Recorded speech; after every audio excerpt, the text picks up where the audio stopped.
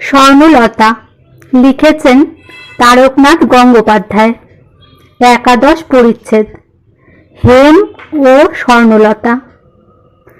বর্ধমান জেলায় বিপ্রদাস চক্রবর্তী একজন ধনাঢ্য ব্যক্তি।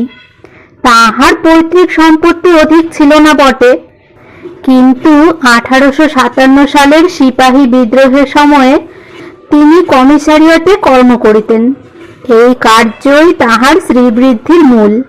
নূতন বড় মানুষ হইলে প্রায়ই কৃপণ হয়, কিন্তু বিপ্রদাসের সে দোষটি ছিল না। তাহার সদ্ব্যয় যথেষ্ট ছিল। দেব সেবায় ও অতিথি সেবায় তাহার অনেক টাকা ব্যয় হইত। বাড়িতে কোনো পার্বণ ফাঁক যাইত না। দোল দুর্গোৎসব ইত্যাদিতে তাহার যৎপরণাস্তি আস্থা ছিল। সংক্ষেপে তিনি একজন যথার্থ সেকেলে ধার্মিক ছিলেন। অর্থ উপার্জনের সময় কর্তব্য বিবেচনা করিতেন না। এ টাকা লওয়া উচিত নয়, এ টাকা লইলে ক্ষতি নাই, এরূপ কোনো চিন্তা করিতেন না। টাকা পাইলেই গ্রহণ করিতেন এবং ওই অর্থ দেবসেবা ইত্যাদিতে ব্যয় করিতে পারিলেই সার্থক উপার্জন জ্ঞান করিতেন।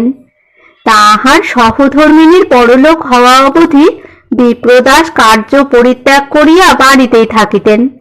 তাহার একটি পুত্র ও একটি কন্যা। পুত্রটির নাম হেমচন্দ্র, কন্যাটির নাম স্বর্ণলতা। তাহার ন্যায় অপত্য বৎসল লোক সচরাচর দেখা যায় না। পূজার সময় যাহারা বিদেশে থাকে সকলেই বাড়ি আসিয়াছে। হেম বাড়ি আসিয়াছে।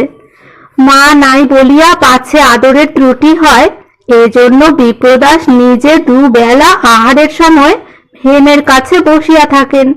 তাহার মাতাকে কহেন। বিপ্রদাসের মাতা অদ্যাপি জীবিত আছেন।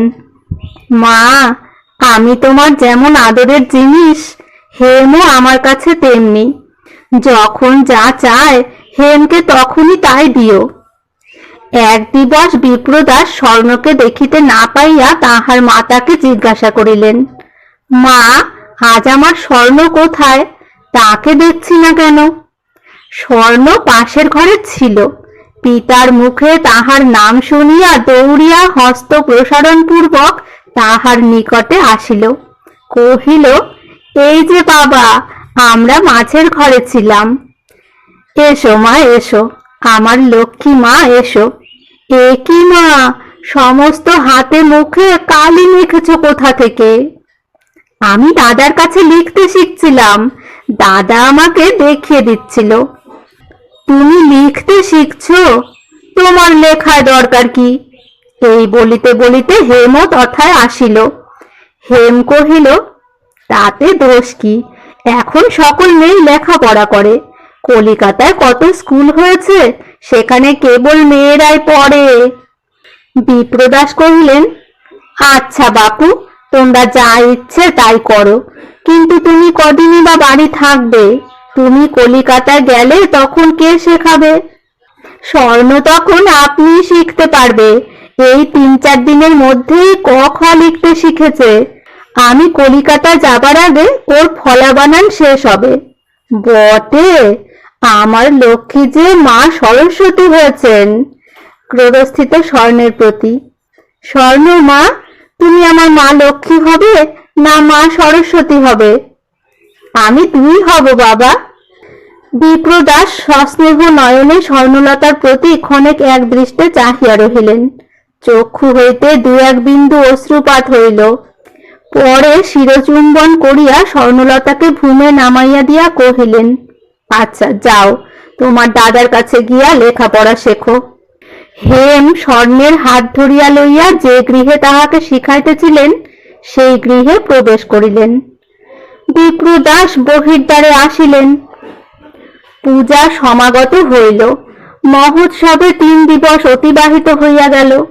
যতই কেন আমোদ হোক না, যতই গোলযোগ হোক না, বিপ্রদাস এক মুহূর্তের জন্যেও হেম ও স্বর্ণলতার নাম বিস্মৃত হন না। পূজার পর স্কুল খোলা হইলেই হেম পুনর্বার কলিকাতায় গেলেন। স্বর্ণ যথার্থই অতি অল্প দিনের মধ্যে ফলা বানান শেষ করিল।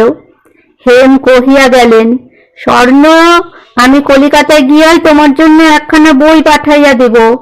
আর যদি তুমি আমাকে লিখতে পারো, তবে চৈত্র মাসে যখন বাড়ি আসব, তোমার জন্য দিব্যি একটি খোপার ফুল আনবো।